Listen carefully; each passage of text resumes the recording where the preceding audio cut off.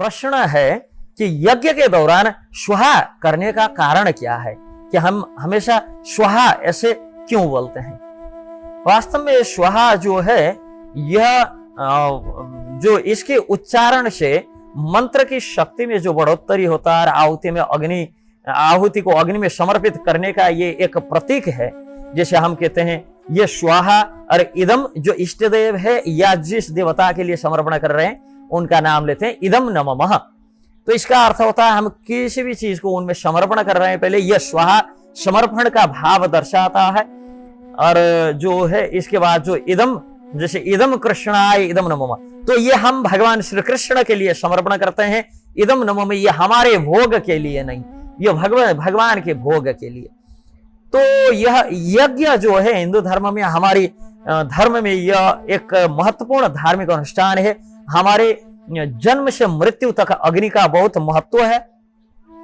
तो अग्नि देवता को हम आहुति प्रदान करते हैं, बलिदान देते हैं। तो स्वाहा शब्द का प्रयोग यज्ञ के दौरान जो अग्नि में आहुति को अग्नि में डालने के समय करते हैं। तो स्वाहा इसका अर्थ होता है समर्पण और पूर्णता। तो इसके समय मंत्र की शक्ति जो है उसको बढ़ोतरी और आहुति को अग्नि देवता के प्रति समर्पण का प्रतीक के रूप में प्रयोग किया जाता है। तो पुराणों और वेदों में स्वाहा का विशेष महत्व है। स्वाहा जो है वो सिर्फ एक शब्द नहीं, वो स्वयं देवी है और ये अग्नि की जो है पत्नी भी है।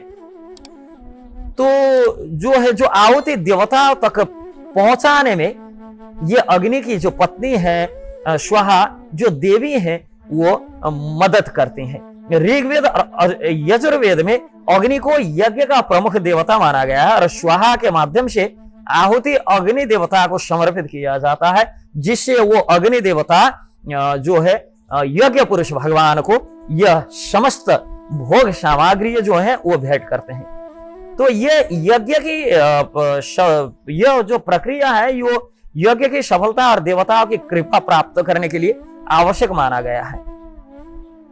तो जो स्वाहा ये जो उच्चारण करने से एक विशिष्ट प्रकार की जो ध्वनि तरंग उत्पन्न होता है, उससे हम अग्नि की पत्नी, जैसे हम आप देखिए किसी भी घर पे जाते हैं तो कुछ सामग्रियां लेके जाते हैं, तो क्या करते हैं, अरे भाभी जी का किधर है, उनको ये देना था। मतलब पत्नी जो घर की गृह लक्ष्मी जो है उनको ढूंढते हैं। यद्यपि मिलने गए हैं वो घर के जो मूली है उनसे, लेकिन ढूंढते हैं किसी भी सामग्री समर्पण करना हो तो ढूंढते हैं किसको, अरे भाभी जी कहाँ है, मतलब घर की जो गृह लक्ष्मी है उनको ढूंढते हैं। तो ऐसा ही जो अग्नि के माध्यम से कुछ भी अग्नि को देना है तो हम देते हैं स्वाहा के माध्यम से, जो अग्नि की पत्नी है और देवी है, ये वैदिक देवी है स्वाहा।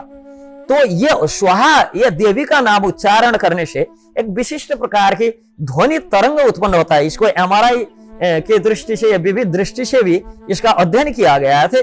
इस ध्वनि तरंग से जो एक विशिष्ट आवृत्ति जो होता है, जो फ्रीक्वेंसी होता है, वो वातावरण में एक विशिष्टता प्रकार की कंपन को उत्पत्ति करता है। यह कंपन वायुमंडल में ऊर्जा का प्रसार करता है वास्तव में, जिससे आसपास के वातावरण में शुद्धता मिलता है और एक सकारात्मक जो वेव है वो वेव की सृष्टि करता है। ये एक अध्ययन एमआरआई आदि की विविध हिसाब से इसका अध्ययन भी हुआ था। तो स्वाहा के उच्चारण में यज्ञ में बोले गए मंत्र की शक्ति में बढ़ोतरी मिलता है, ऐसा पौराणिक प्रमाण है। जब हम स्वाहा ऐसे करके, जैसे मानो किसी भी एक मंत्र को हम उच्चारण करते हैं तो ओम नरसिंहाय स्वाहा इदम नरसिंहाय इदम नमः, ऐसे करने से ओम नरसिंहाय स्वाहा, इससे जो है मंत्र की जो शक्ति को बढ़ोतरी मिलता है। क्योंकि जो मंत्र हम कहे हैं वो पुरुषवाचक है, इदम नरसिंहाय अथवा ओम नरसिंहाय यह पुरुषवाचक है। तो जब हम स्वाहा कहते हैं वो शक्तिवाचक है, उससे क्या होता है, वो परिपूर्ण हो जाता है मंत्र, और उसमें शक्ति, पुरुष और शक्ति दोनों का सम्मिलन हो जाता है, जिससे क्या होता है, उसमें शक्ति का बढ़ोतरी होता है। इस दृष्टि से क्या है, वो मंत्र और भी अधिक प्रभावशाली हो जाता है।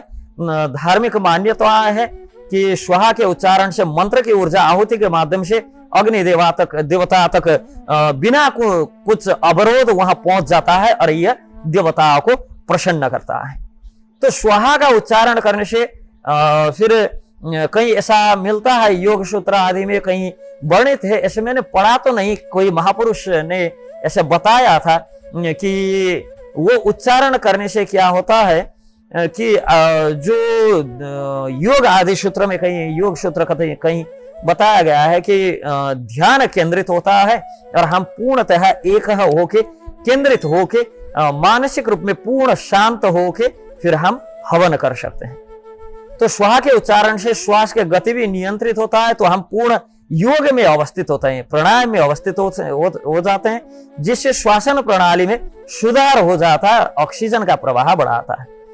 तो ध्वनि विज्ञान के दृष्टि से भी देखा जाए तो स्वाहा के उच्चारण से जो उत्पन्न ध्वनि तरंग, यह हमारी बायां मस्तिष्क पे एक विशेष प्रकार की एक तरंग के निर्माण करती है, जिससे मानसिक रूप में हम शांत हो सकते हैं और यह वायुमंडल को शुद्धिकरण में भी सहाय होता है।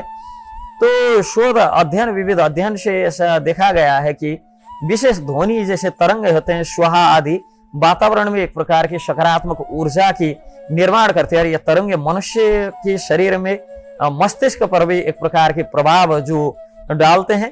और कंपन में जो है कंपन चिकित्सा में ध्वनि तरंगों का उपयोग चिकित्सा के लिए किया जाता है। ऐसे तो हमने विविध शोध ग्रंथों में पढ़ा भी है। स्वाहा का उच्चारण एक प्रकार के प्राकृतिक कंपन और चिकित्सा में भी प्रयोग जो होता है, मानसिक और शारीरिक स्वास्थ्य सुधार के लिए भी।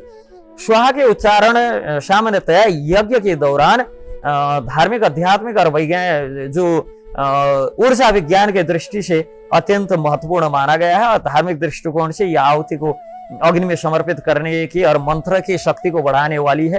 और पौराणिक एवं वैदिक मान्यता के अनुसार स्वाहा जो देवी के माध्यम से अग्निदेव वो आहुति प्राप्त करते हैं और यज्ञ की सफलता और देवता की कृपा प्राप्त करने में यह सहाय सिद्ध होता है।